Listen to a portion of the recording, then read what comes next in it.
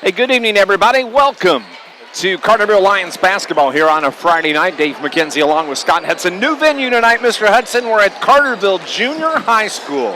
Well, this is where the Carterville High School used to be, where they used to play. It's a great, small town atmosphere here. And the Lions are hoping that history does not repeat itself because Carterville played a game here last year against Sparta, and Sparta upset the Lions last year, so Carterville's trying to make sure that does not happen again. Carterville moved into the new building 10 years ago. 2010 was the first season, so it's nice to be back.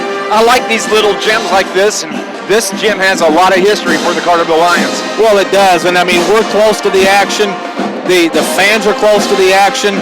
It's a little bit different atmosphere for these players that they're used to, but it is a great place to come and watch a basketball game, and this place is packed tonight. The Carterville Lions getting ready to take on Anna-Jonsboro Wildcats. These two teams met back on December 20th. Carterville came away with a 5-point win at Anna-Jonsboro. That was a good ball game for the Lions that night. Well, it was a very good ball game, and that to me was the coming out party for Connor Hawkins. That's when he lit up the Wildcats from beyond the three-point arc. And ever since then, Connor's been steady Eddie when it comes to shooting from the outside. But it's been the consistency as a team that's been the biggest bugaboo for Carterville here recently. 17 points for the senior Connor Hawkins that night at Anna-Jonsboro. And I can tell you this, Mike Chamness was pretty happy when he heard that the game was not going to be played at the big school and the new school because Anna-Jonsboro doesn't shoot well there. He was glad to hear they were playing here tonight. Yeah, it's just funny how the thing worked out because of the wrestling regionals that are at Carterville High School. But, both these teams, you look at their records, very close, similar. Their records are very similar. I think I was talking to the AJ broadcast team earlier, and everything they were telling me about AJ almost is like what we would have been telling them about Carterville. I think both these teams come into this game feeling that this is a game they can win. And I think both teams feel like this is a game we got to win to get back to our winning ways. You're exactly right. I said to Maury, he said, how you guys playing? I said, we have our good nights and our bad nights. And he said exactly the same thing about Anna-Jonsboro. Both teams are on the floor going through their warm-ups here tonight. And just a few minutes ago, I had a chance to talk to head coach Shane Hawkins quickly and talk about playing in this gym and about taking on Anna-Jonsboro. This is our Carterville Lions pregame report brought to you by McDonald's. Stay tuned. Coach Shane Hawkins is coming up next on NewsRadio WJPF.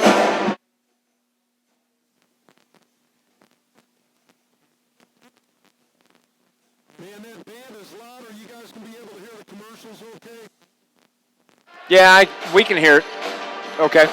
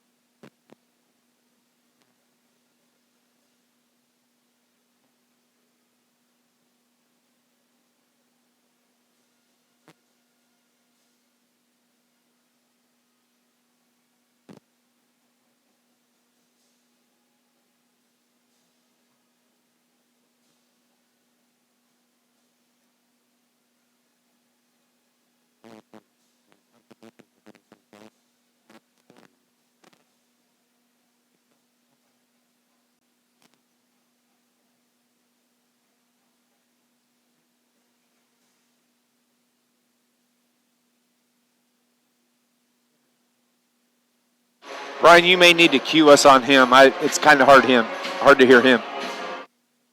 Yeah, he's kind of soft. 1 minute, about a minute. Okay. Yeah, bring it straight to us. All right, coming back to you. 1 more minute.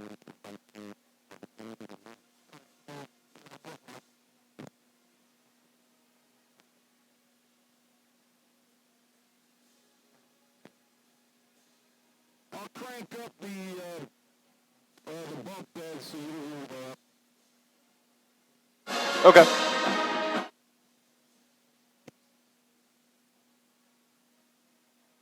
30.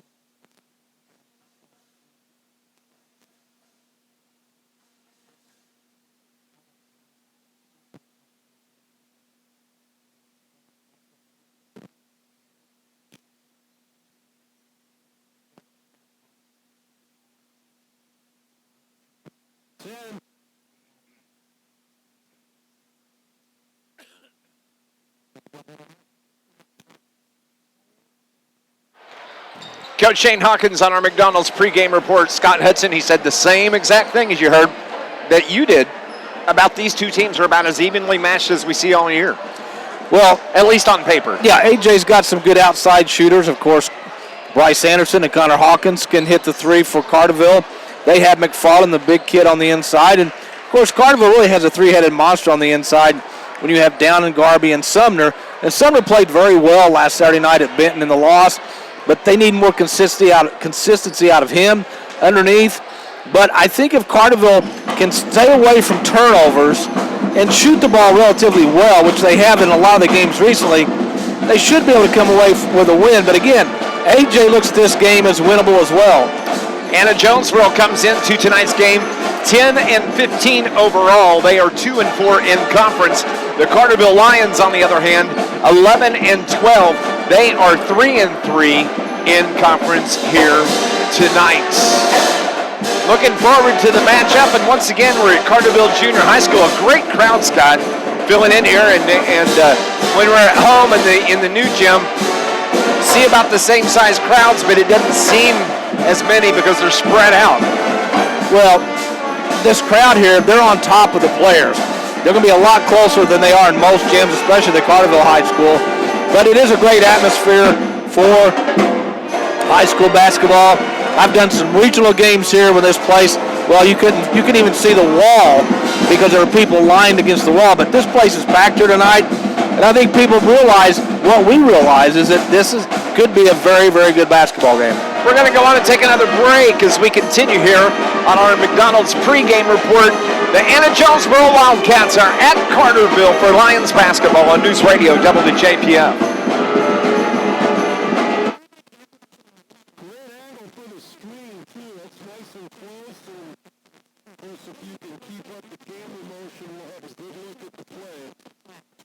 Yeah, it is. It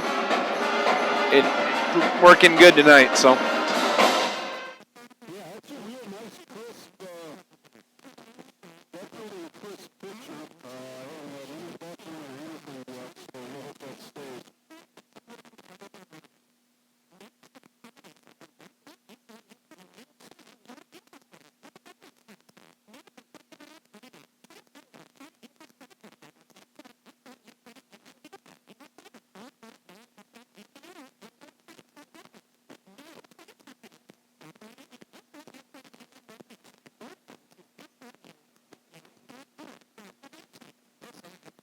That's a good range right there with whatever they do.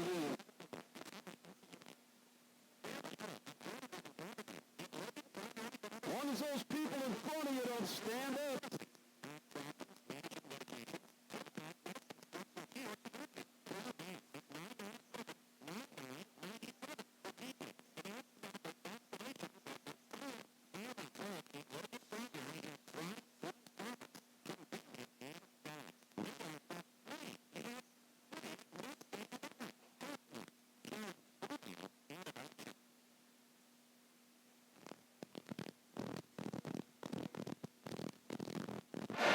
Friday night basketball here on News Radio WJPF. The Anna-Jonsboro Wildcats are at Carterville tonight to take on the Lions. We are at Carterville Junior High School and just moments away from the tip-off here this evening. Scott Hudson, what's the key for the Lions? Well, I think it's one of the keys for the Lions in every game is you've got to take care of the basketball. You can't give A.J. extra opportunities. I think they've got to come out, take the lead. Have a good first quarter, make A.J. play from behind because, A.J. has a 10-15 record. If they get behind on the road, that's not a good thing for them. They have not found ways to come back and win ball games. So for Carterville, get off to a good start and don't give A.J. extra opportunities. If you're Coach Mike Chamness and the Anna-Jonsboro Wildcats, is it the same story? I think it's the exact same story. I think for them, they cannot let Connor Hawkins beat them. Now, granted, if they key on Hawkins, Carterville has other weapons like Bryce Anderson or especially Eli Downing, in the paint. So, but the thing is they cannot let Connor Hawkins go off on them like he did back in December. And Anna-Jonsboro, as we heard Coach Shane Hawkins say on the pregame report, they will play a lot of zone. And he said of late they've been playing a lot of man-to-man. That may pack them back down in the zone with the Connor Hawkins.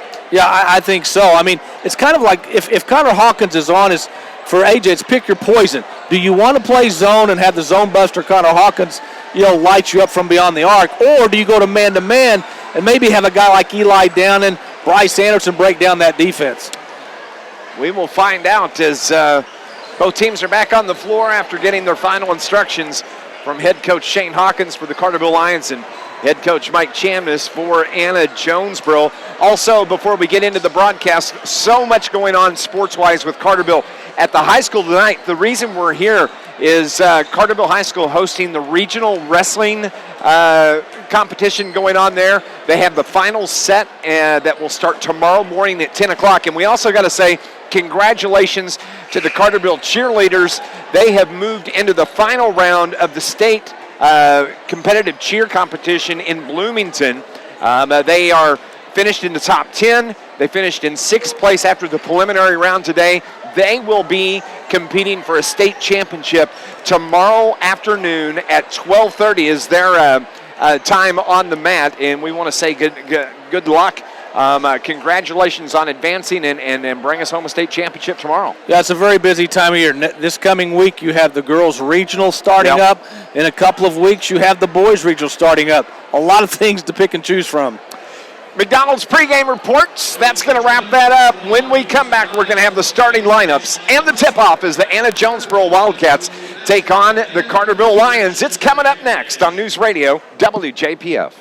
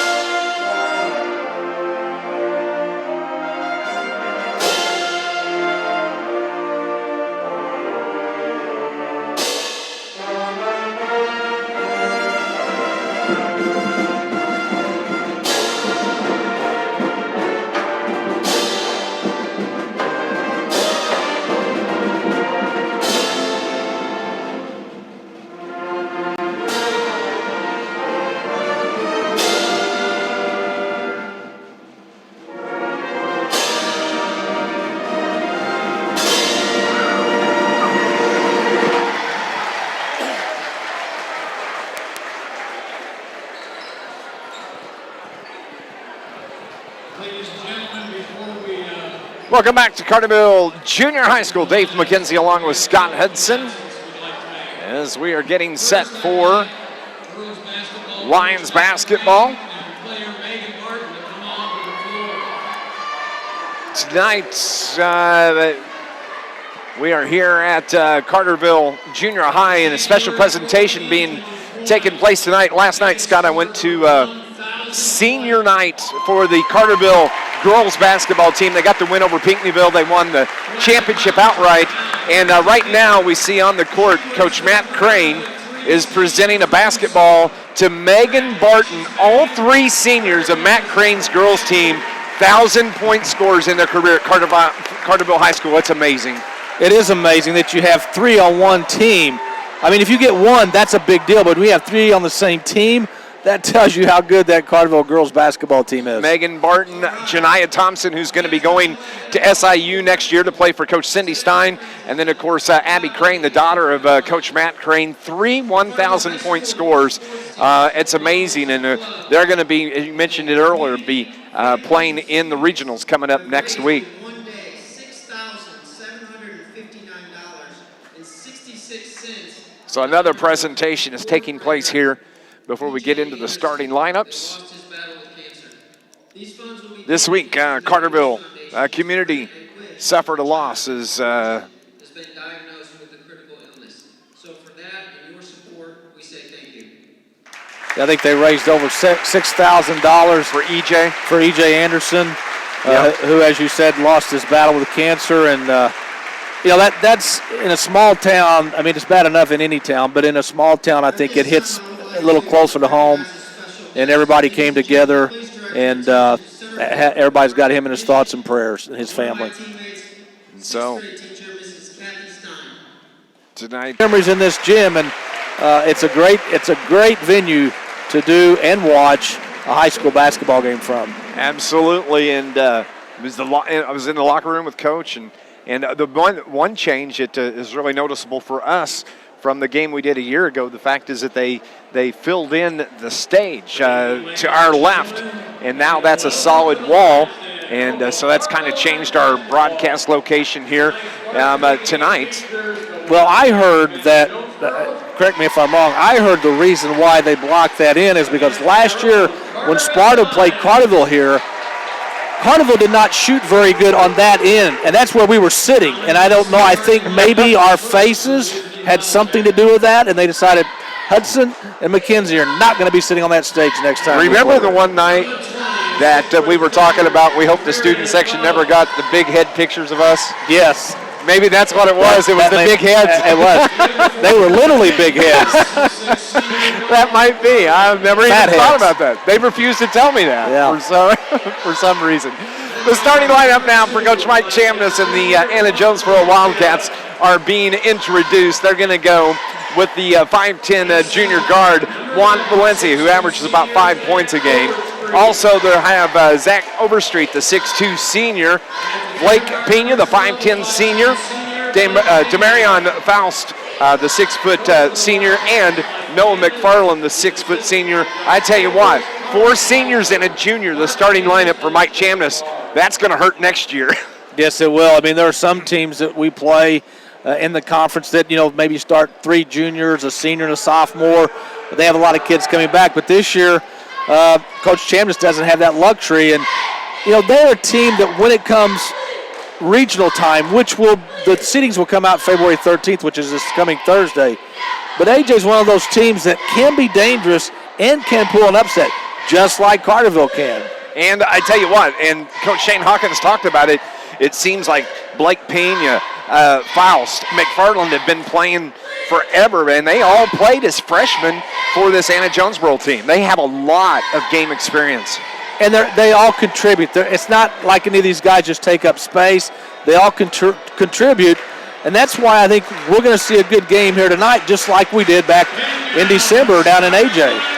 Now the starting lineup for your Carterville Lions. It's the normal starting lineup for the Lions. They're going to go with the 6'1" senior Austin Garvey at one forward position, the 5'8" senior guard Carson Pearson. They'll also go with the 5'8" junior guard Bryce Anderson, Eli Downing, the 6'4 junior, the big guy in the paint, and then down low, they'll have Preston Sumner, the 6'1 junior. So for Shane Hawkins, it will be Pearson, Garby, Anderson, Downing, and Sumner. Yeah, they're actually going to start Connor Hawkins instead of Sumner. But Carson Pearson, who's the defensive specialist for Carterville, I'm sure he's going to draw the assignment of guarding Pena. Pena's that outside threat that AJ has, and that should be a good battle tonight to watch in this game. Absolutely, and we are glad to have you here with us for this broadcast of Carterville Lions basketball on News Radio WJPF. Carterville tomorrow night will be on the road when they take on Massac County Patriots, and it's a full day. The girls are going to play, the freshman team. Then there will be a girls JV game, the girls varsity, then the boys JV game at 6:15, and wrapping up the night of basketball on the road at Massac County, 7:45 the scheduled tip as the Lions take on the Massac County Patriots. Lions break huddle with Coach Shane Hawkins. Anna-Jonsboro is on the floor. The crowd is settled in here at Carterville Junior High. Intimate setting for Lions basketball, all brought to you right here on News Radio WJPF. Noah McFarland, the 6'6 forward, will jump against Eli Downing. The officials are ready, and we are set for river-to-river conference basketball right now on WJPF as the Lions control the tip, and Carterville in the home whites moving from left to right on your radio dial. Eli Dowden, left of the circle, has the ball tipped away. It was intended for Austin Garby. He tracks it down and brings it into the front court. Drives down the right side of the lane, flips the ball up, gets it to fall. And the first play of the game is going to put Austin Garby at the line for the old-fashioned and one. Garby picked up the ball at the free throw line in the backcourt.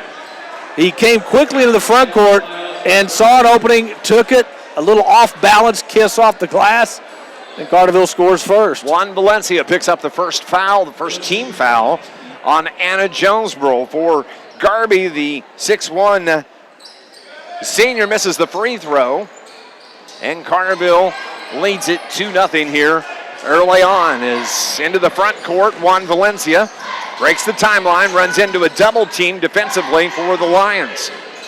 With the basketball is Pena. Pena, right-hand dribble, top of the circle to the free throw line. Back behind the back, leaves it for Valencia.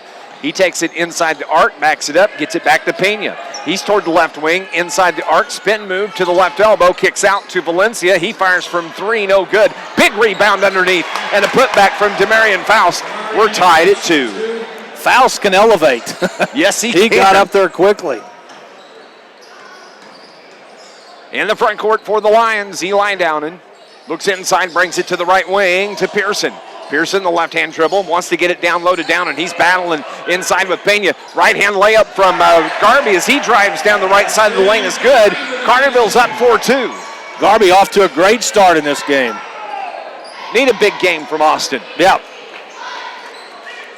Blake Pena has Bryce Anderson on him defensively into the front court to the right side. Valencia takes it from there. Now top of the key. McFarland drives inside the paint, puts the shot up, gets his own rebound. Tip, no good. Carterville comes away with the rebound. Garby's there to gobble up the board for the Lions. Outlet pass over to the right corner. Connor Hawkins for three. In and out. Rims out. No good. Garby saves it, but it comes right to the Wildcats. They take it the other way. Pena into the front court, dribbles off the back of his leg. The ball's on the floor. Carterville gets away with it. Here's Anderson, front court, takes it. No, the shot is partially blocked. Garby gets it and gets fouled, and Austin Garby is going to go to the line and shoot 2 free throws for Carterville. What a great pass by Pearson, who was laying on his side, and happened to see somehow Anderson heading into the front court. It got it to him, but Garby, 2 rebounds early in this game, a couple buckets, and 2 missed free throws. Demarion Faust picks up the foul, the second team foul on Anna. And the first free throw from Garby was an air ball. Free throw number 2 is off the back of the iron. The rebound controlled by McFarland for Anna-Jonesboro. AJ breaks behind Carterville, and the layup is missed by Faust. But they get their own board and they can reset. Pena just launches from the top of the circle. No good. Rebound is thrown out of bounds as it was Juan Valencia that tried to throw it off the feet of Connor Hawkins. He went out of bounds and it's going to give the ball to the Lions. Yeah, A.J. with 2 turnovers here in this game, but A.J. already has 4 offensive rebounds. Bryce Anderson to Eli Downen. Downen drives, gets a lane, puts the shot up, gets the foul, and they're going to say it was a He was going to call a blocking foul. Okay, the way they were looking, I thought they might try to get Downen, but they're going to say it was on Demarion Faust. That's going to be foul number 2 on the 6-foot senior. Downen's at the line shooting free throws. First one is good. This Lions broadcast is brought to you by SIH, a comprehensive network of care. Visit online at SIH.net. Downen hits both free throws, and Carterville leads this game by 4. They're up 6-2. Blake Pena steps across midcourt to the left side. That's Zach Overstreet. Overstreet kicks it to Pena. Now he dribbles out toward the top of the circle. Anderson on him defensively. Pena backs it up to the logo at midcourt. Man-to-man defense by the Lions. To the right side, trying to get the pick from Valencia. Valencia takes the pass on the right wing. Back up top it goes to Williford. Williford just into the game. His pass into the paint. McFarland tries to back his man down. That's Downen. Banks it off the glass. Gets the bucket of fall. 6-4 the score. Carterville quickly into the front court. Top of the key. Downen drives the left side. Puts the shoulder down. Up off the glass and good. Eli Downen. 4 points for Downen. Carterville's doubled them up. It's 8-4. Well, A.J. has started this game in a man-to-man, and as I said, Anderson and guys like Downen, they can take advantage of that and get to the hole. Blake Pena left side to Overstreet. Overstreet spins on the left wing into the paint. Puts his man up and under, tries to flip it up, does, gets the bucket to fall. Zach Overstreet has his first field goal. It's 8-6. That was not an easy shot, a tough up and under by Overstreet. Over to the right wing, Carterville's basketball. That's Downen, left wing to Carson Pearson. Carson to Anderson. He backs it up, now goes right side, throws the ball away as Connor Hawkins had cut toward the bucket, throws the ball out of bounds. That's a turnover on the Lions. That's Carterville's first turnover this game. 3:57 remaining, halfway through the first quarter. Carterville leads this game 8-6. Anna-Jonsboro basketball. Pena steps across the timeline, left wing to Overstreet. Gets the ball down low to McFarland. Has his man on his hip, tips the ball away. Turnover on A.J. Quickly the other way. Pearson to the hole. He loses control and ball goes out of bounds, and it's going to stay with the Carterville Lions. We'll give credit to Garby for knocking that ball away and creating the turnover, which A.J. now has 3. This Lions broadcast is brought to you by Subway. Try the new Subway Fresh Values starting at just $1.89 each. They're freshly prepared right in front of you, and they're available for a limited time at participating Subway stores. 8-6 the score, 3:38 on the clock. Carterville has the 2-point lead. The pass triggered to Connor Hawkins, who gives it up to Downen, now to the right wing to Nick Laird, who just checked into the game. Preston Sumner in as well on the block. Downen drives, puts it up, little short jumper's no good. Ball and the rebound comes off to the Wildcats. Into the front court, the pass down low. Williford is there, banks it off the glass, can't get the bucket to fall, and Downen mops up the rebound for the Lions. Brings the ball across timeline himself. Drives, puts it up, has his shot partially blocked, and the ball to Valencia, and a whistle and a foul on the Carterville Lions. Yeah, Downen seems like he's a man on a mission right now. Every time he gets the ball, he's wanting to take it to the hole, which is a good thing. But a nice block on the inside by the Wildcats. Caden Hawkins is going to check in, replacing his brother Connor Hawkins. So on the floor right now, Nick Laird, Preston Sumner, Eli Downen, Caden Hawkins, and Bryce Anderson. Mount Vernon leads Centralia 14-6 at the end of the first quarter. Murfreesboro leads Heron 16-12 at the end of the first quarter. It's 8-6 here, 2:50 remaining in the first quarter. Carterville has the 2-point lead. A.J. with a basketball. Blake Pena on the right wing. Backs it up with the left-hand dribble. Shake and bake. Tries to get rid of Anderson, drives the lane, puts the floater up. What a drive from Blake Pena, and it's a tie ball game. Nice move by Pena to tie this game at 8. Long three-pointer from Downen is good. Top of the key, Eli. He's feeling it. He's got 7 first-quarter points. First three-pointer by either team here in the first half. At the 2:25 mark, Carterville's up 3, 11-8. Pena on the right wing, right-hand dribble. Drives, tries to drive past Anderson, pulls up, gets the ball to Overstreet, who launches from 3, in and out, no good. Down another board for the Lions. Outlet pass, Nick Laird to the right side, back to Downen. He's open for 3, and pops good. Eli Downen back-to-back trays, and Carterville has jumped out to a 14-8 lead over the Anna-Jonsboro Wildcats. The first timeout is taken at the 1:58 mark. We'll be back in 30 seconds. This is Lions basketball on NewsRadio WJPF.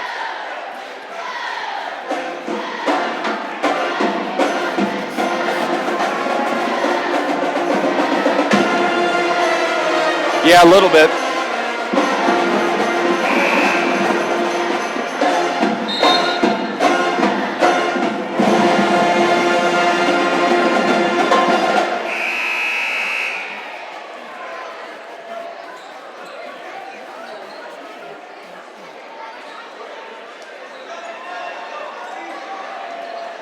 This Lions broadcast is brought to you by the International Brotherhood of Electrical Workers, Local 702, providing a better lifestyle for members and a better life for all. Carterville leads this game 14-8. Scott Hudson. Well, now we've solved the problem. Eli Downen missed a couple of easy, with contested shots on the inside. He just needed to step out a little further. He was too close. Yeah. That's what the problem was. And Jonesboro has the basketball. They trail by 6. Back-to-back threes from Eli Downen has given the Lions the 6-point lead. Blake Pena tries to drive, step-back jumper off the iron, no good. The ball's tipped up, hits the rim. But Preston Sumner controls for the Lions. Look at Downen, here he comes. He's feeling it. Takes it to the right wing, pulls up the dribble, wants to get it down low to Sumner. He has to give up the pass to the right side, back to Bryce Anderson. Anderson left side, Downens for 3, yes! Holy cow. 1, 2, 3 three-pointers from Eli Downen here at the 1:15 mark of the first quarter. Carterville's jumped out to the 9-point lead. The shot from McFarland is tied up. Jump ball is going to give the basketball, keep the ball with Anna-Jonesboro. The good thing about Downen hitting those outside shots, it's going to force McFarland, their big guy, to come out and play defense on the perimeter. Now Downen can give him a little head fake and bust down the lane or down the baseline. Eli Downen may vote that we play the rest of our games here in this gym. Yeah. He is feeling it right now. And we have a whistle and a foul. It's going to be called, I believe, on Caden Hawkins with a block. Actually, Sumner is who they're going to get on the block, down underneath the basket. Wildcats basketball. 1:03, and they just throw the ball out of bounds. Another turnover on the Wildcats. Carterville's had a very, very good first quarter here. Let's see if they can finish strong. 60 seconds remaining in the first. 17-8, the Lions on top. This is conference action for both of these teams. Carterville 3-3, Anna-Jonesboro 2-4 in conference. A long three from Bryce Anderson's no good. Nick Laird, a big board, rolls the ball back to the top of the key to Bryce Anderson. To the right wing, looks inside, wants to get it to Sumner. Now Garby drives, he puts it up off the glass, and a whistle and a foul, and again, Austin Garby is going to go to the line to shoot free throws. Well, when he gets the ball on the wing and he goes through the lane, it's like a bull in a china shop, and you better get out of his way because you're not going to stop him. Now, having said that, Garby is 0 for 3 from the free throw line tonight. Hopefully he can knock down a couple here. The foul on Anna-Jonesboro, Zach Overstreet is first, and Garby gets the first free throw. He's got 5 first quarter points. It's been all Downen, all Garby here in the first quarter. They've scored all 18 points here for the Lions in the opening stanza. 36 seconds on the clock. The second free throw from Garby's no good. Sumner gets the board for the Lions. Carterville can reset. Anderson, top of the circle, right-hand dribble, looks inside, spreads everything out. Laird and Garby switch. Now Nick Laird has the ball. To the top of the key, that is Caden Hawkins. To Garby, up top. You know he wants to drive. Sumner comes way out top. He's looking to pass and gets it to Bryce Anderson. 13 seconds, Carterville holding for the final shot. Under 10 we go. Bryce Anderson backs it up. Man-to-man D, gets the pick from Garby. Takes it inside the arc, kicks it to Nick Laird for three. Off the yard, no good. Garby almost had the rebound. The ball's on the floor. That's how we're going to end the first quarter. What a great quarter for the Lions. They put 18 points on the board. They lead it by 10, 18-8. Second quarter action is coming up next on News Radio WJPF.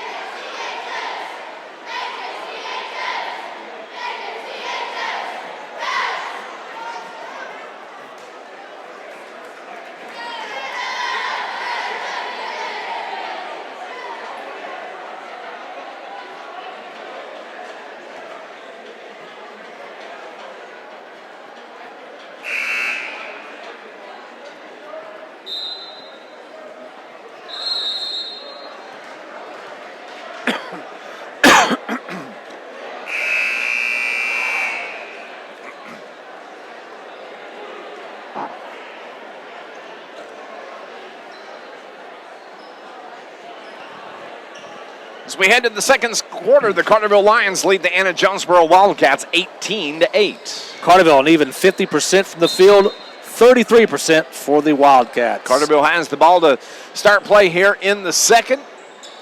Bryce Anderson on the floor with Austin Garby, Caden Hawkins, Nicholas Laird, and Preston Sumner. Garby kicks it to the left side. A three-pointer from Caden Hawkins, too strong. Garby's there for the rebound. The putback is blocked, and it comes off to the Wildcats. Quickly the other way, Blake Pena loses the handle. A turnover. Nice job by Caden Hawkins trying to get it away. A turnover on each team. Carterville just has their second turnover of the game. Blake Pena's going to slow things down for the Wildcats. They trail by 10 with the basketball. Over to the right side with it is Maddox Thorpe, and he gets it to McFarland to the right side. Valencia, a step and a turnover as Juan Valencia travels with the basketball. 6 turnovers now for the AJ Wildcats. Carterville's done a pretty good job of turning those turnovers into points. With a 10-point lead, you'd like to see Carterville extend that out a little bit and maybe force AJ to have to do something differently defensively. Austin Garby comes in to replace Preston Sumner for the Lions. Downen back on the floor as well as Caden Hawkins has it on the right wing. To Downen. He's feeling it. Long three. 4 3-pointers from Eli Downen here tonight. Connor Hawkins on the bench saying, "That a boy, now you learn from me." You're stealing my stuff, Eli Downen. That's what Connor Hawkins is saying, but Eli feeling it. 21-8. Carterville on top. Like Pena trips, and a foul is going to be called on the Carterville Lions. They're going to get that on Nick Laird. That's the first foul on Nick Laird, the third team foul on the Carterville Lions. At the half, Murfreesboro leads Heron 26-18. Murphy hit a buzzer beater 3 at the half. It's 21-8 here. Carterville on top of the Wildcats. With the basketball, Blake Pena into the paint, puts the short jumper, gets the touch, and it banks home. Blake Pena has 4 points. It's 21-10 Carterville.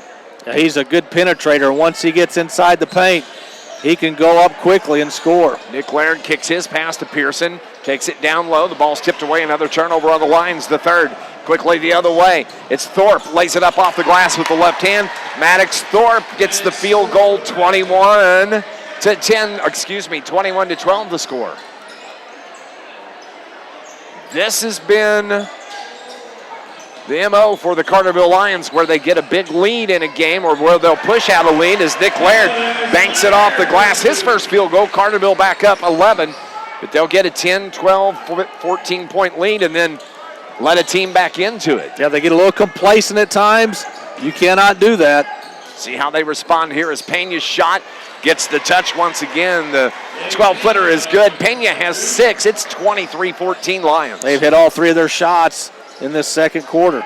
On the right elbow, Garby takes it to the block, puts it up off the glass, off the side of the backboard, and a whistle and a foul is going to be called on Carterville's Austin Garby. Yeah, not a great shot by Garby. He was out of control. McFarland was standing there at the low block waiting for him. And so Carterville, even though that's not a turnover, they've got a couple of turnovers and a missed shot here in the second quarter. AJ with the basketball. Blake Pena, left-hand dribble, gives it to Zach Overstreet. Takes it to the elbow on the right side. Jumper's no good. Rebound is tipped around. It's kicked around, and it goes out of bounds. And it's going to stay with the Wildcats. This Lions broadcast is brought to you by the City of Carterville, Mayor Brad Robinson, and the entire City of Carterville, proud sponsors and supporters of Carterville Lions sports. Hey, if you haven't done so, download the app that you can get for the City of Carterville. That's where they're going to provide you with important information, text alerts, upcoming events. It's all free at the Google Play or the Apple App Store. Just download the app for the City of Carterville. The inbound pass comes into the backcourt. Blake Pena tracks it down. Carson Pearson on him defensively. That's a defensive switch we've seen now on the lot for the Lions. Pearson picks up Pena, who has 6 points. Nice bounce pass down low, and the bucket is laid home by Ethan Klett, his first bucket, and it's 23-16 Carterville. Yeah, AJ's making a little bit hard on Carterville right now. Got a little bit of a run going. Connor Hawkins back into the game. Over on the left wing, that's Carson Pearson. To Connor Hawkins. Hawk looks inside, gets it back to Pearson. Now they work to the right wing, Caden Hawkins. Pearson's pass down low to Sumner. Nice defense. He tries to put it up, gets the bucket into the foul, and it's going to be Nate Belcher that picks up his first foul for Anna-Jonsboro, putting Preston Sumner at the line, shooting 2. Preston never really squared up to shoot that ball, but he's so strong he was able to draw the foul. AJ has yet to shoot a free throw in this game. Carbondale leads Cahokia at the half, 25-16. Sumner hits the first free throw.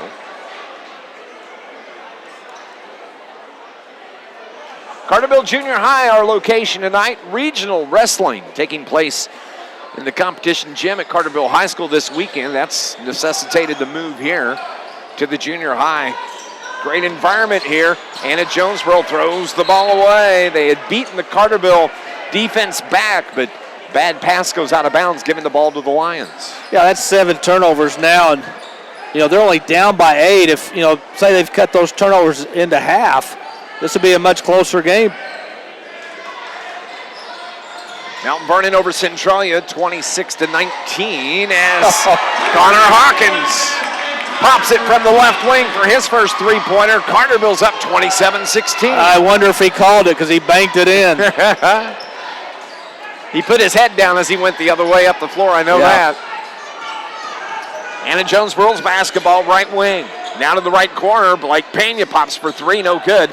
Ball is pulled down by Connor Hawkins. Here come the Lions. Into the front court, Bryce Anderson.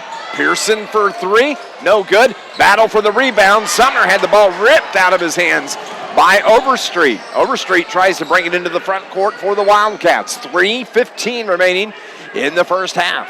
Blake Pena, Carson Pearson on him defensively for the Lions. 27-16, an 11-point Lions lead. Up top of the key, Faust now kicks to the right wing. That's Blake Pena. Top of the circle, Belcher over to the left wing. Now it comes top of the key. The shot from Klett is good. He pops for 3. He's got 5, and that pulls the score to 27-19. That's their first 3 of the game. Again, another team that don't let them get hot shooting because they can torch you. On the right wing, Connor Hawkins to Pearson, top of the circle, left wing to Eli Downen. He's going to pull up for the jumper, no good. Rebound comes off to Faust for Anna-Jonesboro. Pena into the front court. Carterville gets back. A reach-in foul by Bryce Anderson is going to be his first. And that's going to be the 15th foul on the Carterville Lions. McFarland comes back into the game now for AJ. This Lions broadcast brought to you by Tony Gates State Farm. With more drivers than any other company, get to a better place. Get to a better state with State Farm Insurance. 2:15 remaining here in the first half. Carterville on top, 27-19. Anna-Jonsboro with the basketball. Left wing, and Overstreet can't handle the pass. And turns the ball over once again, giving it back to the Lions. Now, it looked like he was looking to where he was going to throw the ball before he caught the ball. One of those unforced errors, which makes 8 now for AJ. Carterville takes their time. Bryce Anderson gives the ball to Carson Pearson. He travels with the basketball. Turnover on the Lions. Yeah, just unforced errors. Yeah, unforced errors. Again, I think he was looking to where he wanted to pass the ball and just lost control of the dribble. Lost track of it. Pena breaks down the defense, gets it into the front court. Great speed by Blake Pena. Seems like we've been watching this guy play for about 6-7 years. The shot from the corner from Overstreet, no good. The ball's tipped around. Lions come away with the rebound. That's Bryce Anderson. He's going to bring the ball up the floor himself, across the timeline, right side, right wing to Eli Downen. Now top of the circle to Pearson. Toward the left side, a whistle underneath, and a foul is going to be called on Overstreet for Anna-Jonsboro. A little holding going on around the basket. Or did they call Williford? Looks like they called Williford. His first long three from Connor Hawkins from the corner. 2 3-pointers for Connor Hawkins. Carterville has 6 3-pointers here in this first half. Unconscious. And now we got an illegal screen. And a foul, a screen by McFarland, and he's talking to the official as he walks up the other way. That's a turnover, number 9 on Anna-Jonsboro, giving the ball right back to the Lions with 1:12 remaining in the half.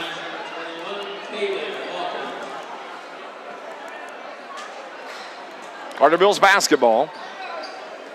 On the floor, Caden Hawkins, Sumner, Connor Hawkins, Bryce Anderson, Eli Downen. Connor Hawkins has it toward the right wing. Top of the key, his pass is tipped away. Turnover on the Lions. Taking it the other way, a whistle and a foul, as it was Juan Valencia. Taking it to the rack, and he's going to go to the line and shoot 2 free throws. This will be their first free throws of the game. They've shot better in this second quarter. They've made 5 of 9 from the field, and they missed their first free throw. Foul was called on Carterville's Bryce Anderson. That's his second foul, 16th foul now on the Lions. Juan Valencia, the 5'10 junior guard at the line, missed the first. Second from Valencia is good. That's his first point of the game, and it's a 10-point lead for the Lions. They are on top 30-20. Coming up, we'll have our Joe's Lawn Care and Snow Removal halftime report. We'll break down scores from around Southern Illinois. Give you a heads up on what's going on with Carterville Lions Athletic Department, wrestling, cheer, all taking place this weekend, and more basketball tomorrow on the road at Massac County. Carterville has the basketball, the 10-point lead at the 35-second mark here of the second quarter. Eli Downen left of the circle. Looks inside. Garby's on the floor now for the Lions. Shake and bake up top. Downen takes it to the hole. Right-hand layup is good from Eli Downen. He has 18 first-half points for the Lions. Well, they had a mismatch. McFarland had come off of Downen, and I think they had, let's see here. That would be Overstreet guarding. No, it wasn't Overstreet. I think it might have been Thorpe.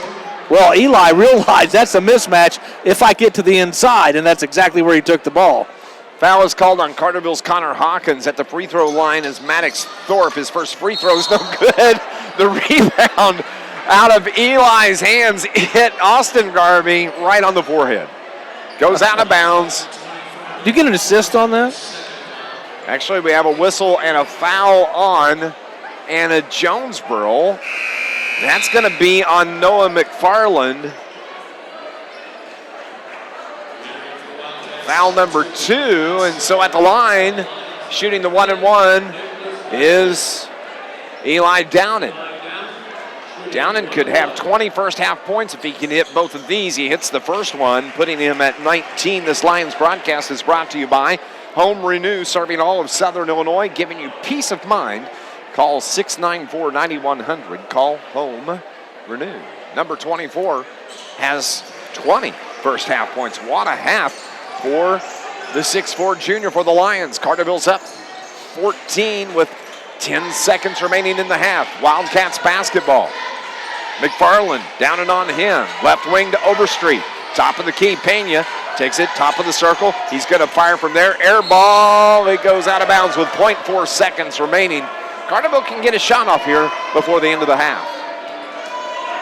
Gonna have to be quick. Catch and toss. And it's Caden Hawkins that took the inbound pass, and the shot after the horn hit off the front of the iron, no good. But we're going to the half, and Carterville leads Anna-Jonsboro 34-20. Coming up, it's our Joe's Lawn Care and Snow Removal halftime report. This is Lions basketball on News Radio WJPF.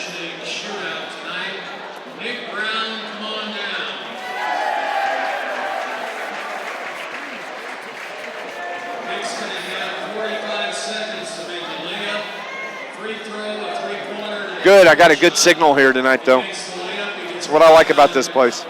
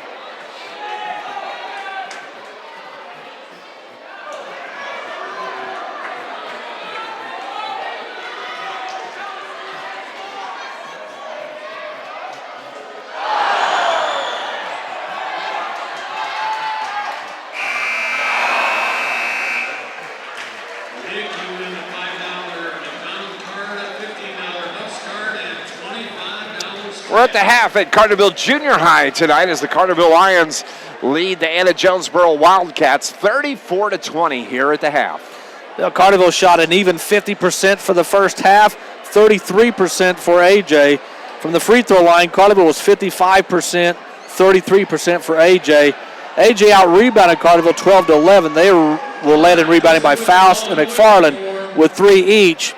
Garby and Downen led Carterville with 3 each. Turnovers, AJ with 9, Carterville with 5, and of course the big thing of that takeaway of that first half, the 3-point shooting by the Carterville Lions had 6 threes in that first half. When you look at the scoring for Anna-Jonesboro, they are led tonight by Blake Pena with 6 first half points. You have Ethan Klett, who came into the game late there in the second quarter. He's got 5. Juan Valencia has 1 point for Anna-Jonesboro. Demarion Faust with 2 first half points, as does Noah McFarland at 2 points. Anna-Jonesboro has 20 on the board here at the half. Carterville led by the 6'4 junior, Eli Downen. First time these two teams met back on December 20th, Scott Hudson. Eli had 13 for the game. He's got 20 for the half here tonight. Well, he started out hitting his 3-point shots, which we knew he could do that, but he hasn't shot them consistently. But he hit 3 big ones in a row, and he had a few free throws as well. But when he hit those threes, I don't think AJ ever got closer than 8. So that was a big part of Carterville's success in that first half. Austin Garvey started the game strong. He has 5 first-half points. Nicholas Laird with 2. Connor Hawkins has 6. And Preston Sumner with 1. Here at the half, Carterville leads Anna-Jonesboro 34-20. We're going to continue here at the half. It is our Joe's Lawn Care and Snow Removal halftime report. When we come back, we'll break down some area basketball scores for you, the latest that we have. And we're going to talk about the busy weekend of Carterville Lions sports. All coming up next. This is Lions basketball on News Radio WJPF.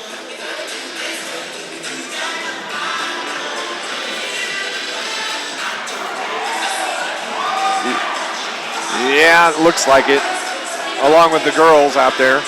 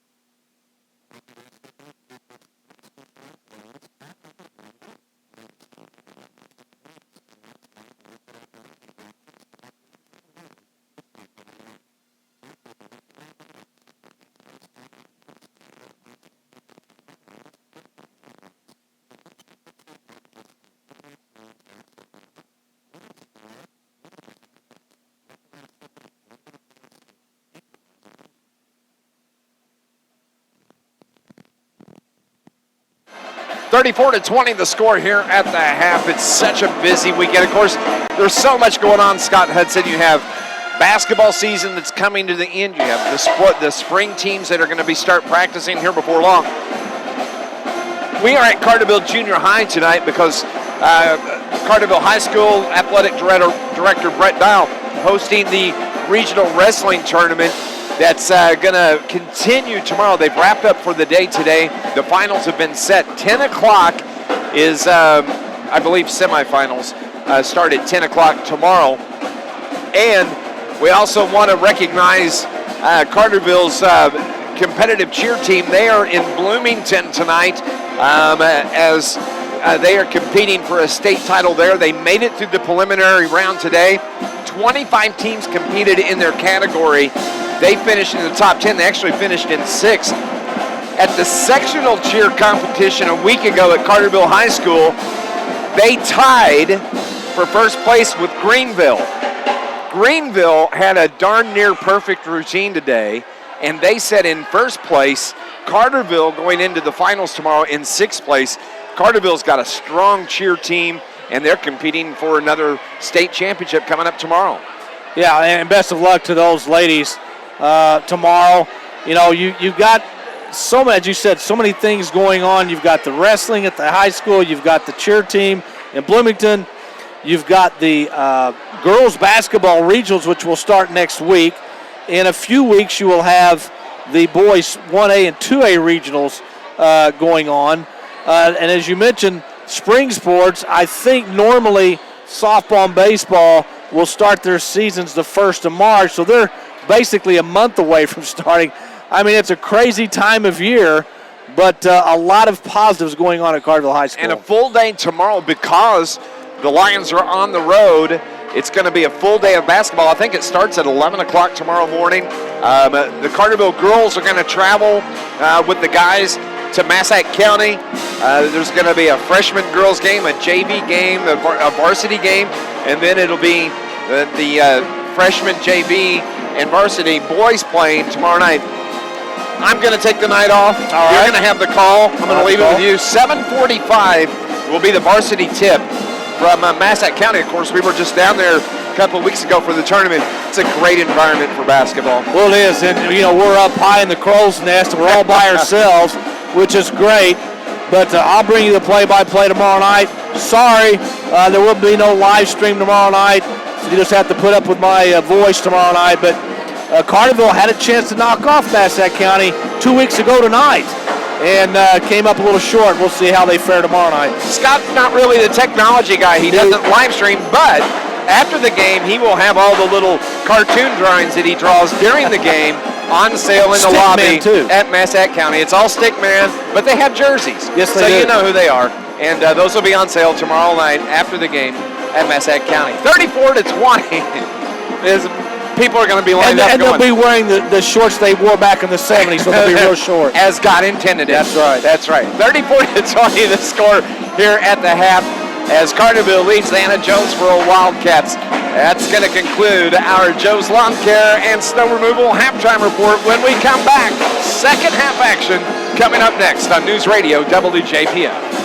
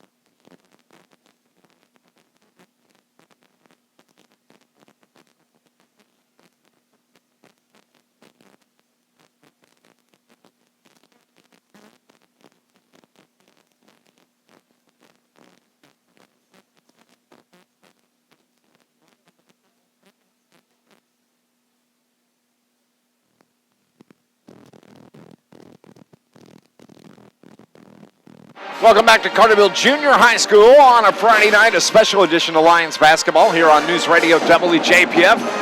Going old school back at the old high school gym in Carterville as we get set for second half action. Leads Anna-Jonsboro 34-20. What's the keys of the second half for Coach Shane Hawkins and the Lions? Well, they have to play like this game is tied. I don't know that Carterville's ever led by 14 in a game this year at half. Maybe Pope County at the El Dorado Holiday Tournament, possibly. I'd have to go back and check that. But this is uncharted waters for Carterville, but they have to play as well on both ends of the floor this second half as they did in the first half. We are underway. Thank you for tuning in to Lions basketball here on News Radio WJPF. Anna-Jonsboro, the road team, moving left to right to get the ball to start the second half, and air ball from Overstreet is no good. Carterville moving right to left on your radio dial. Austin Garvey has it left of the circle. Right hand dribble to the top of the key, over to the right side. That's Carson Pearson. Back to Garvey, left wing it goes to Connor Hawkins. A three ball from Bryce Anderson. The left corner's good. Bryce Anderson has a three-pointer for the Lions. He wants to get in on the fun, and now a turnover on AJ as McFarland stepped on the boundary when he went to inbound the ball. And that'll give it right back to Carterville. And McFarland having a conversation with the official about that call. McFarland, the big guy, 6'6", for Coach Mike Chamness. 37-20, Carterville on top by 17. Down low, a whistle and a foul is going to be called on Juan Valencia of Anna-Jonsboro. Foul number 2 as he got into the back of Eli Downing. Well, Valencia guarding Downing is a major mismatch, and Carterville recognized that. They try to get the ball into him. Lions have done a good job tonight finding those mismatches and taking advantage of them. Downing's pass to Garby down on the block. Backs his man down, leans in, gets it up top to Anderson. Now to Connor Hawkins, right wing. Pearson over to Anderson, who's open for three. That shot off the front of the iron, and the rebound comes off to Faust for Anna-Jonsboro. Like Pena with the right-hand dribble across the timeline. Now to McFarland, way up top. He has a lane, takes it, runs right into the defender. A blocking foul is going to be called on Austin Garby. Yeah, it looked like Downing was caught flat-footed. I don't know that he expected McFarland to take that pass and go down the lane that quickly, but he did, and he'll go to the free throw line to shoot 2. Billy McFarland had 2 first-half points. The senior from Anna-Jonesboro, the first one is good. This Lions broadcast is brought to you by Subway. Try the new Subway Fresh Values, starting at just $1.89 each. Freshly prepared right in front of you for a limited time at participating Subway stores. McFarland hits both free throws. Carterville has the ball and the 15-point lead, 37-22. A minute and a half gone here in the third quarter. Anderson up top between the circles to Garby. Garby, top of the circle. Nice backdoor pass. Eli down and right-hand layup for down, and 22 points in the game for Eli. He just blew right by Valencia to the hoop. And nice job by Garby recognizing the cut and getting the ball to him. Pena shoots from the free throw line. Bounces off the rim, no good. Connor Hawkins gets the board for the Lions. Dishes to Downen. He's going to take it the length of the floor. He's feeling it here tonight. Dishes to Connor Hawkins, who pops for 3 off the back of the iron. Downen's there. His pass tipped away, and it's saved by Anna-Jonsboro. And they turn it right back over, giving it to the Lions. Carterville can reset as 3 of the players were already in the backcourt. Downen from the top of the key, off the back of the iron. No good. Rebound comes off to the Wildcats. It's Blake Pena toward the right side, behind the back dribble. Bryce Anderson on him defensively. 39-22, a 17-point lead for the Lions. Overstreet toward the right of the circle. Spin move at the elbow. Kicks it to McFarland. He's going to fire from 3. That's too strong. A whistle and a foul is going to be called on Anna-Jonesboro's Demarion Faust. A little shove in the back. AJ is yet to hit a shot here in the third quarter from the field. Carterville with a 17-point lead. 5.5 remaining in the third quarter. Bryce Anderson leaves the ball for Pearson. He reverses, right-hand dribble, now to Downen. Brings it left side, Connor Hawkins. 1 dribble, 2 dribbles to the free throw line, kicks to Bryce Anderson, bobbles the ball, but gets it back. 39-22, pass down low to Downen. His shot is short, rebound to the Wildcats. Quickly the other way, Valencia takes it. Left-hand layup, no good, and Faust is there for the putback. 39-24. Faust has got 3 offensive rebounds in this game. He can leap. Yes, he can. If I had a trampoline, I could probably jump that high. He's a senior. 3-pointers, good, and a whistle and a foul underneath. We'll sort that out as Bryce Anderson hit the 3 for the Lions. He's got 2 threes here in the game. The foul is going to be on Carterville's Austin Garby. Little hook. Third foul on Garby. 2 team fouls apiece here. Carterville has pushed this lead to 18 points at the 4:40 mark of the third. Keep the pedal to the metal, boys. 4.5 remaining. Wildcats basketball. Williford, top of the circle, now to Pena. Pena to the left side. Oh, man, nice job. He took it around the left end and laid it high off the glass. Blake Pena has 8 points for Anna-Jonesboro. Right wing, now top of the circle. Now to the left side. Over to the right wing, top of the circle. That's Garby. He drives.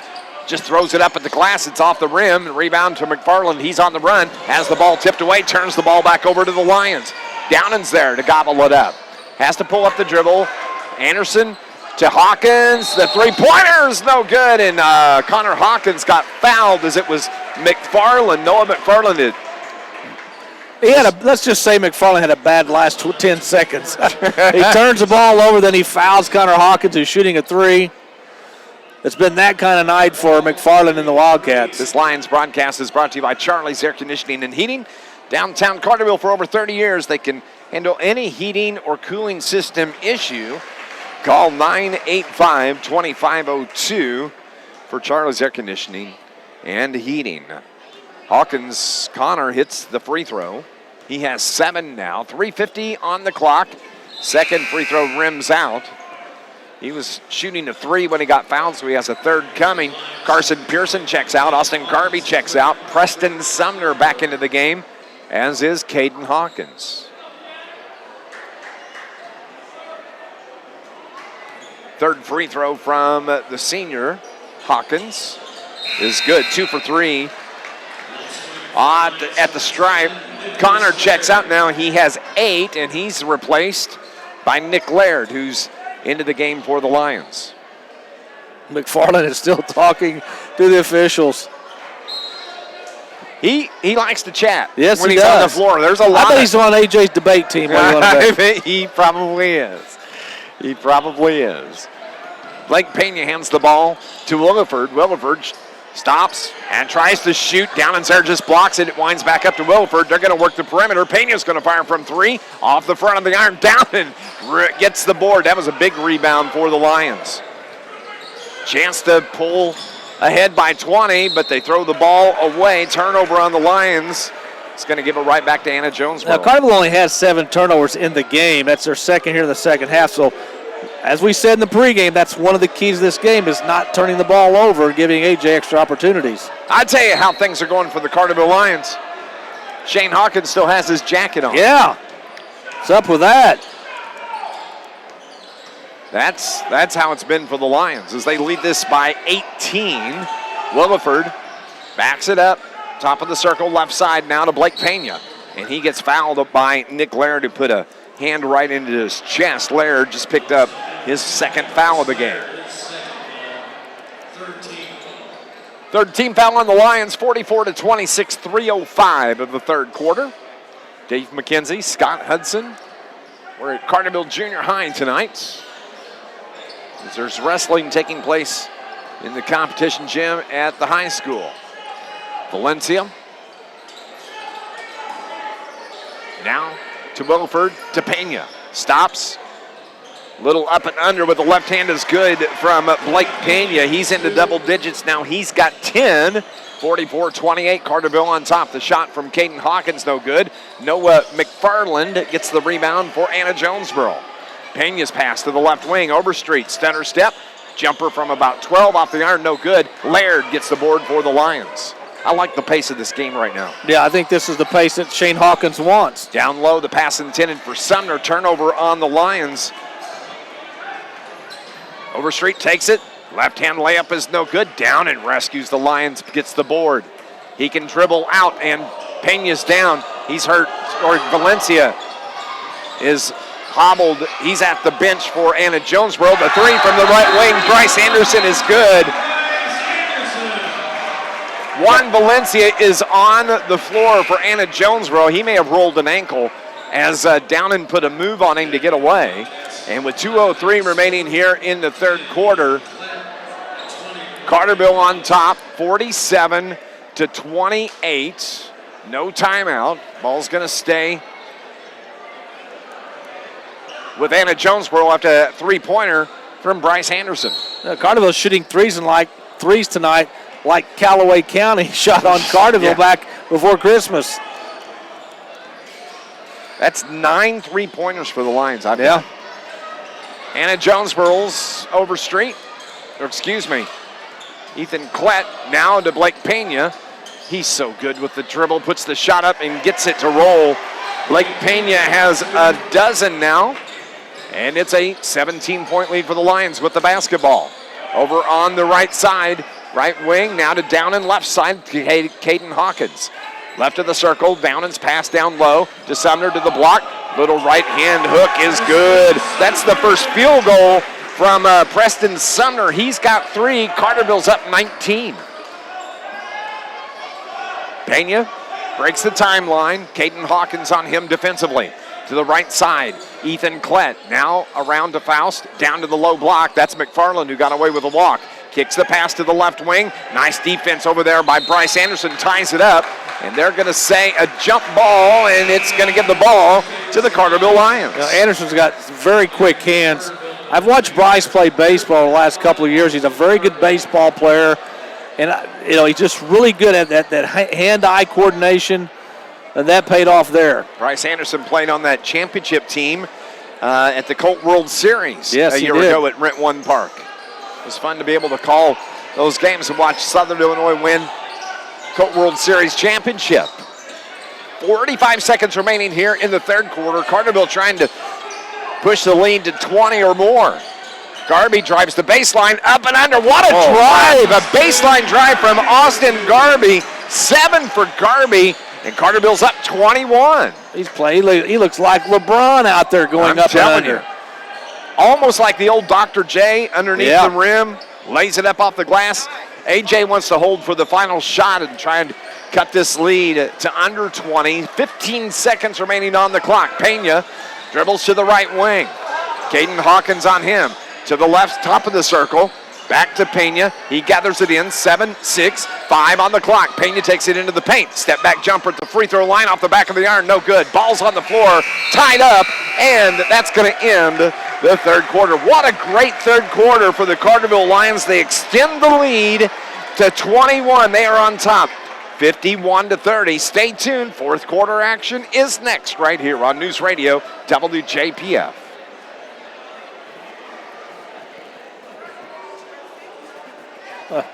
Carterville has hit an even 50% every quarter. Wow.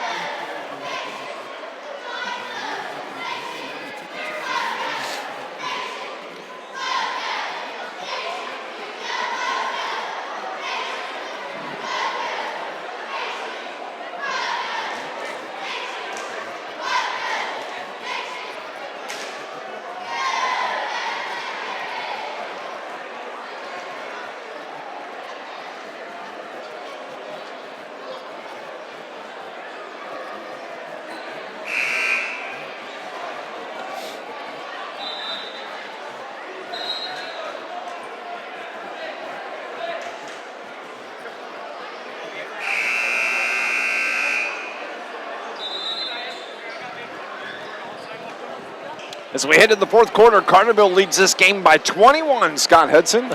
Well, Carterville is consistent tonight, especially from the field. 50% after the first, 50% after the second quarter, and 50% after the third. What's that add up to? That adds up to 50% for the game so far. Man, I thought you kind of threw me off there for a second. Made you think? That's a trick question. That wasn't fair. I'd like to apologize for that. Okay. 51-30 on top. Carterville, 21-point lead to pass down low. Faust is able to convert underneath. He's got 6. Shane Hawkins says that Faust is probably one of the most athletic players in Southern Illinois, and it's been on display here tonight for Anna-Jonsboro as Nick Laird drives. His shot was blocked, but it's going to be goaltending, and Laird gets credit for the bucket. 53-32 Carterville. Well, that athleticism from Faust was on display there as he went high to block that shot off the glass, but it did end up going in. It was going to count either way, but he is very athletic. Blake Pena brings the ball across midcourt, floats to the left side, left of the circle, now to Overstreet. Overstreet wants to get it inside, has to get it to Faust. He drives down the lane, a little out of control, puts the shot up, and he traveled with the basketball. That was the little out of control I talked about. And it's going to give it right back to the Carterville Lions. He tried to do a little bit too much there. You can see he's trying to pick up the pace and maybe spur these Wildcats trying to get back into this game as they trail by 21. We are under 7 minutes to go here in the game. Caden Hawkins. Let's see how the Lions close out this game tonight. So far, they've done a good job. They've extended the lead every quarter. The bounce pass at a turnover on Preston Sumner as he shuffled the feet. It's a pretty pass. It was going to be a good play, but gives the ball right back to the Wildcats. Yeah, Carterville's not done a lot wrong in this game tonight. This is, I think, at least to this point, their most consistent effort on both ends of the floor. I've only got the Lions with 8 turnovers in the game. I've got them for 9, but still, that's close. very good. Oh, nice pick from McFarland for Blake Pena. He takes advantage and lays it home with the right-hand runner. And it's a 19-point lead, 53-34. Carterville's basketball. Garby, left side to Nick Laird, and a whistle underneath is going to be called on the Wildcats. That may be, they're actually going to get it on Ethan Klett. No, excuse me, Zach Overstreet. Carterville's ball on the baseline to Pearson. Steps inside to arc. His little 12-foot jumper's no good. Garby's there with the rebound and the putback, and he gets fouled. And Austin Garby, who's been strong on the boards tonight and a lot of opportunities at the stripe, gets another chance right here. Well, a nice head fake after he got the offensive rebound because he got McFarland and another AJ defender to go up in the air. Then he went up, got fouled, and he'll go to the free throw line. More importantly for the Lions, Noah McFarland has 4 fouls as Garby hits the first free throw. This Lions broadcast brought to you by International Brotherhood of Electrical Workers, Local 702, providing a better lifestyle for members and a better life for all. Austin Garby, 8 points in the game. Free throw is no good. Sumner's there, gets the rebound. His shot is no good, and the ball's tipped around, and Austin Garby's on the floor. He's hurt behind the play. He's slow to get up, but he's to his feet into the front court. It's Overstreet. His jumper is no good. Outlet pass. Garby's, he was sandbagging. He's back there, takes the pass. He gets the bucket. He's happy now, but he is still trying to shake off the stinger. Even when he gets hurt, he scores. That's the kind of night it is for Austin Garby. Carterville's up 22 points. Pena takes it into the paint. His jumper, little floater's no good, and a whistle on the Lions at the 5:39 mark. It's going to be on Nick Laird. He just picked up his 3rd foul. That's going to be the 3rd team foul on the Lions here in the second half. And at the stripe, the 5'10 senior guard Blake Pena, who has 14 in the game, and free throw is good. This Lions broadcast is brought to you by Home Renew, serving all of Southern Illinois, giving you peace of mind. Call 694-9100 for Home Renew. Pena's second free throw is good. 20-point lead, 56-36. All Carterville here in the first 3 quarters of the game. Connor Hawkins back onto the floor, has it, top of the circle. Right side to Nick Laird.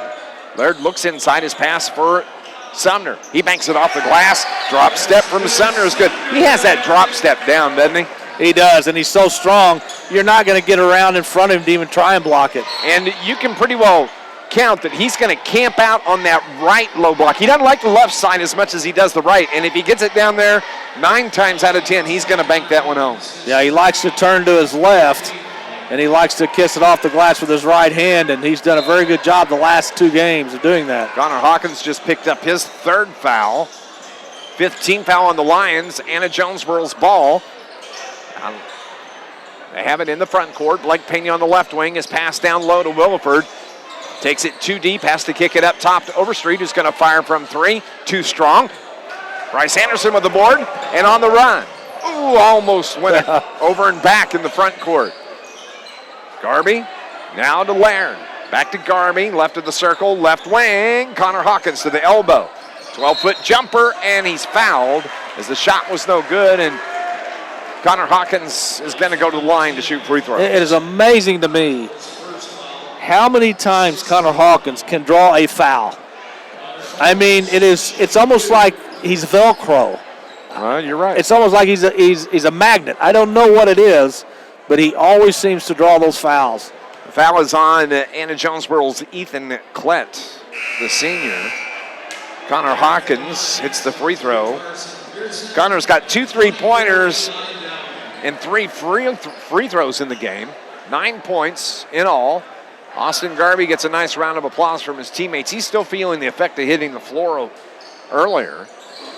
Second free throw from Big Hawk is no good. Or Middle Hawk, I guess I should say, not Big Hawk.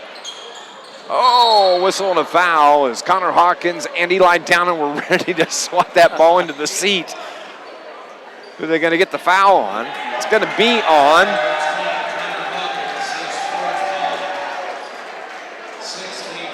Connor Hawkins.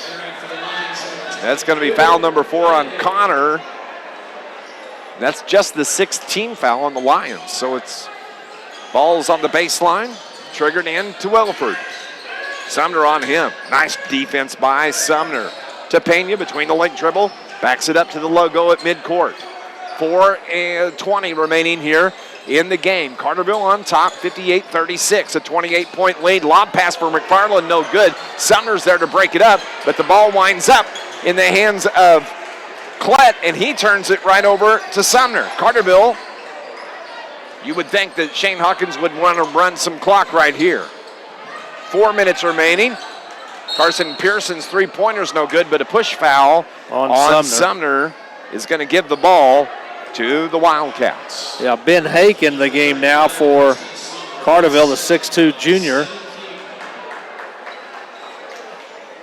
The one player we have not seen tonight, a little surprise, is Lustenberger. I agree. The freshman, especially in the game, and he may eventually play, but normally, you know, if the game can be close, and normally the freshman's in there. He hasn't played tonight, although he did play an extra half quarter in that JV game as it went into overtime. Speaking of the JV game, it went to overtime, and Anna-Jonsboro got the win, 52-50.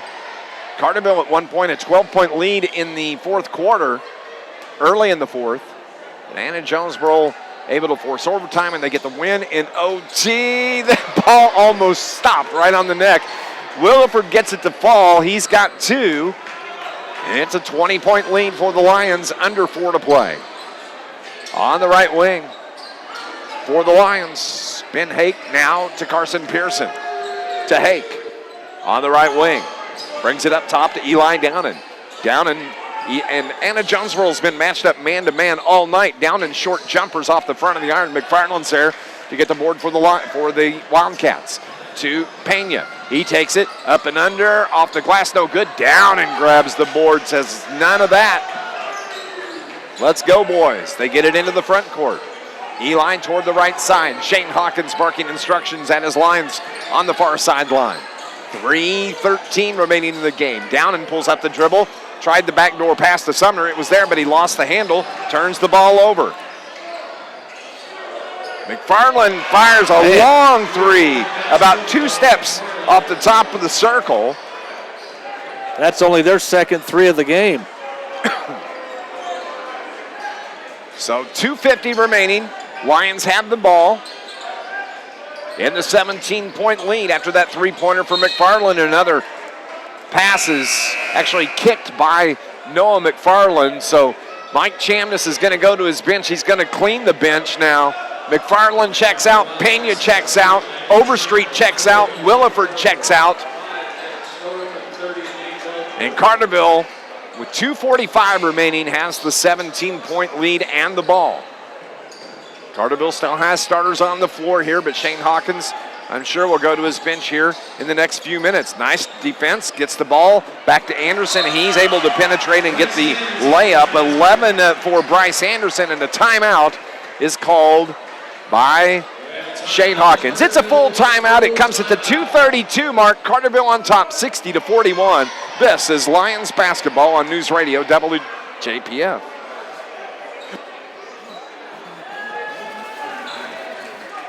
Take it.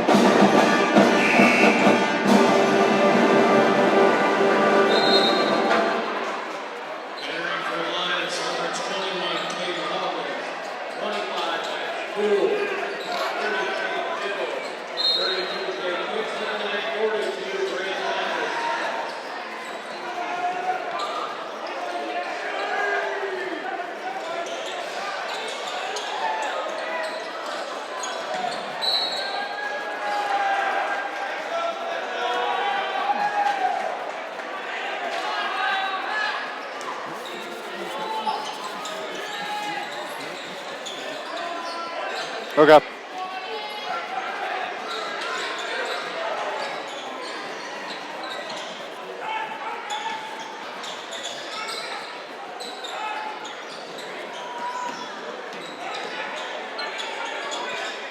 (60-41) Carterville on top, under 2 to play. Subs into the game for the Lions. As between the circles, it comes to Peyton Biddle to the right side for the Lions. It's Max Poole into the game. Caden Hawkins on the floor. Peyton Biddle. Jake Hickson down low. Carterville's doing a nice job. Shane Hawkins said run clock, and they're doing a fine job of that here. As Carterville is going to win tonight and even their record at 12-12, heading into the game tomorrow night at Massac County. Don't forget, full day of basketball at Massac County. The Carterville girls are going to travel. Be freshman, JV, varsity games for the girls against Massac. And then the JV and varsity boys tomorrow night. Jake Hickson in the paint. Right hand or left hand hook is good from Hickson. Caden Hawkins comes out of the game. And into the game for the Lions, Graham Dennis. And also Blake Berkey. Blake Berkey into the game. A Stepped freshman. out of bounds, and a turnover on Anna-Jonsboro here on the near side. Again, we want to say good luck to Carterville Cheer tomorrow. The cheerleaders competing for a state title. They will compete at 12:30. We want to say good luck to all the wrestlers at the regionals finals tomorrow, the semifinals and the finals. That gets underway at 10 o'clock. The shot taken from the baseline, no good, stays with the Lions as we're under a minute to go. So much going on. Congratulations to Matt Crane and his basketball team. The ladies, they won their conference title this week. 3 1,000-point scores in their career. Megan Barton, Abby Crane, Janiah Thompson. What a great year it's been for that team, Matt Crane and the Lady Lions. Wildcats ball into the paint. Shot up off the glass is good, and a foul. Landon Trammell gets the bucket and will go to the line to complete the three-point play as the foul is called on Carterville's. Max Poole, I believe, is who they said. It is on Max. Free throw is good. AJ is 7 of 7 from the free throw line in the second half. That's about the only thing that's gone right for them tonight. And if the game was closer, that'd be a big deal. Yeah. Under 10 to play, 64-44, Carterville, the 20-point lead. Peyton Biddle's going to hold it up top. 3-2, final score, 64-44. Carterville, an impressive win, a conference win. On top of that, against Mike Chamness and the Anna-Jonesboro Wildcats. Stay tuned. The People's National Bank post-game report is coming up next on News Radio WJPF.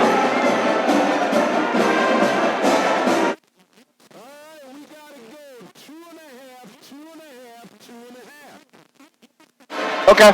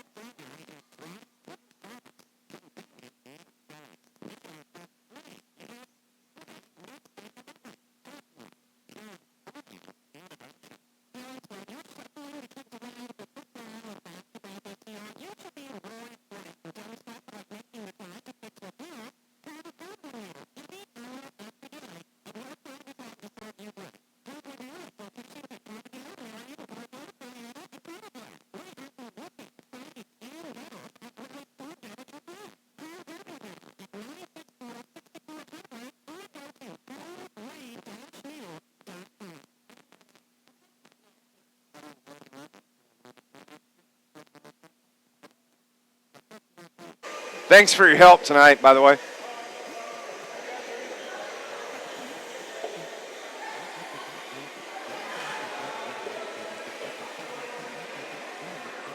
There he is. He's trying to make his way over here, I think.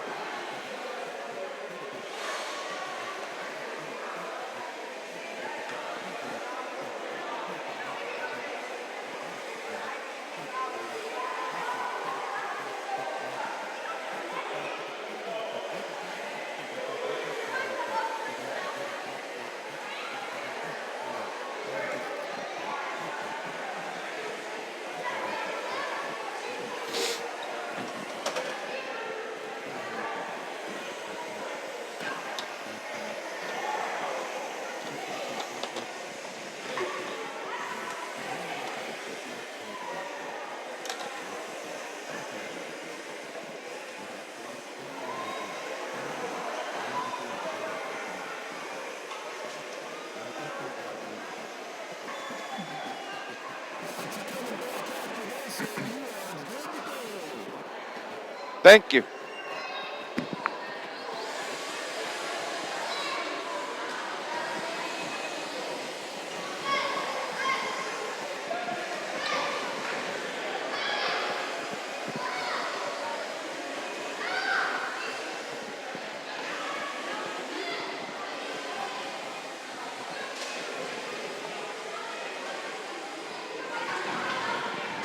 (64-44) the final score. The Carterville Lions pick up the 20-point win in conference tonight over Anna-Jonsboro. Coach Shane Hawkins joins us here on our People's National Bank post-game report.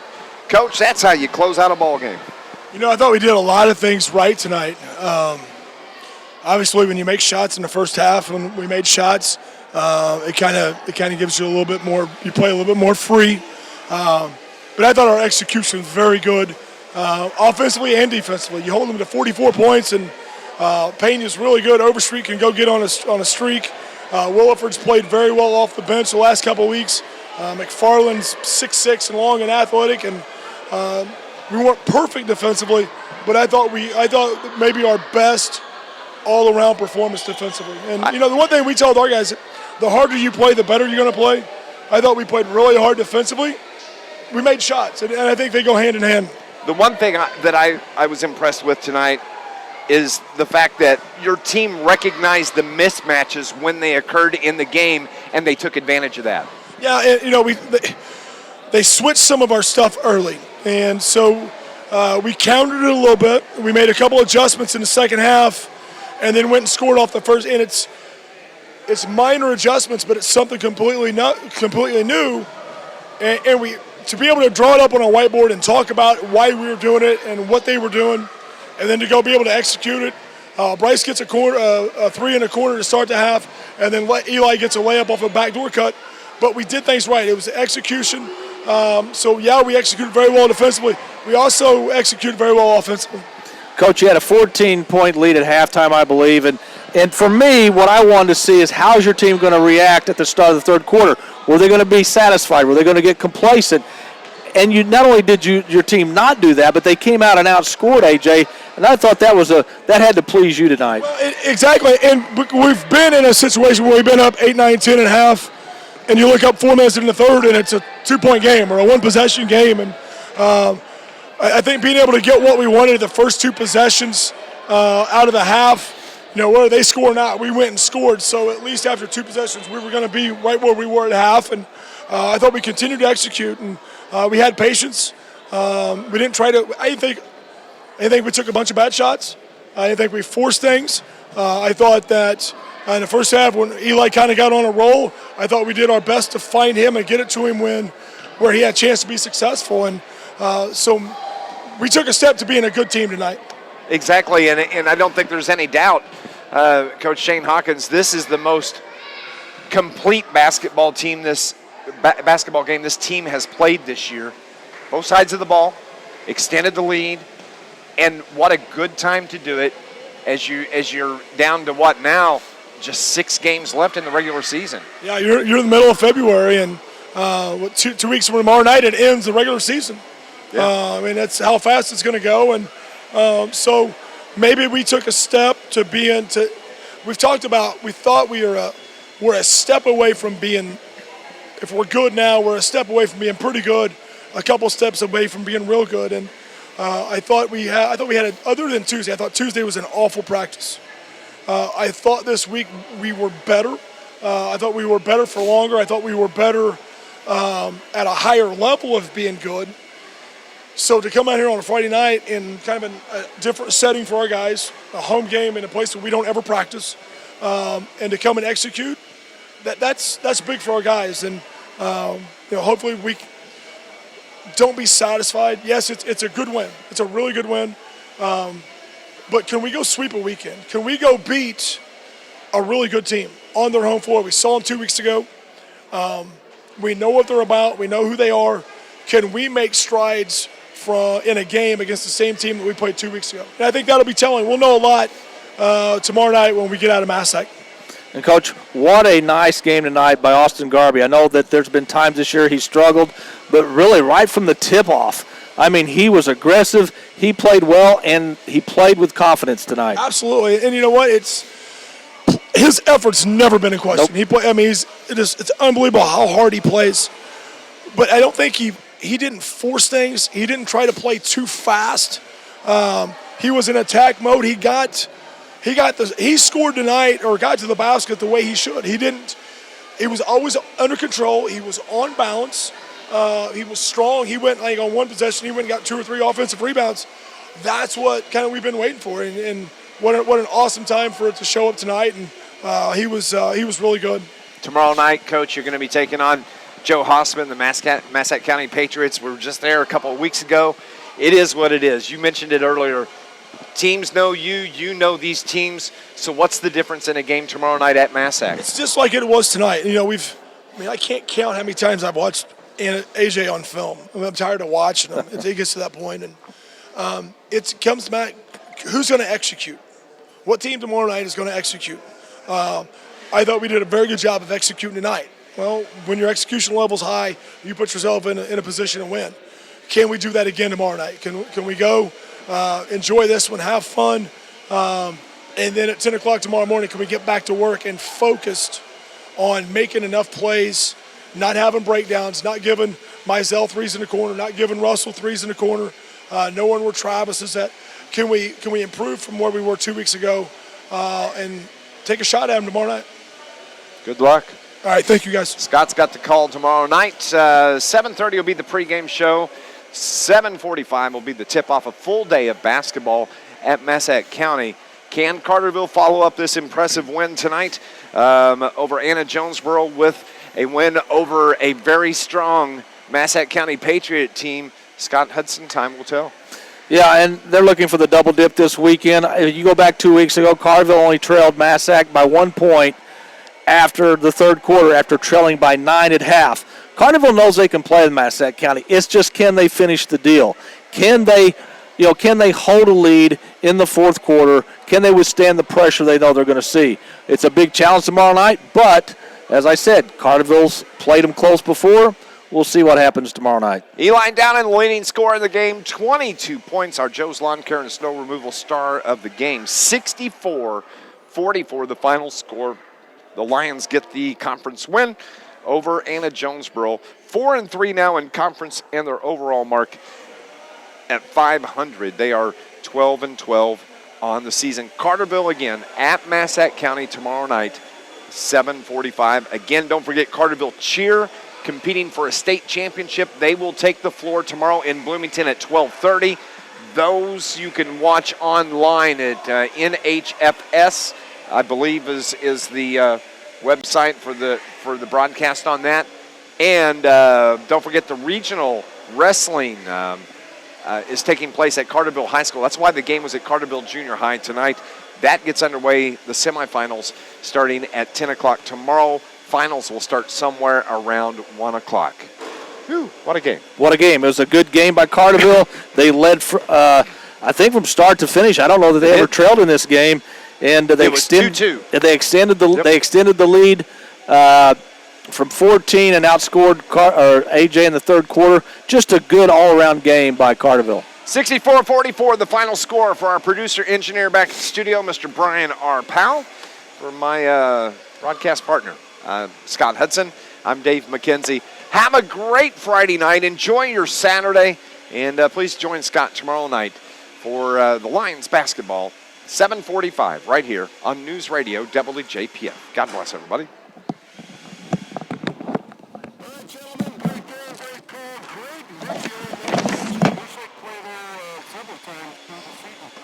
I'm telling you, that was awesome.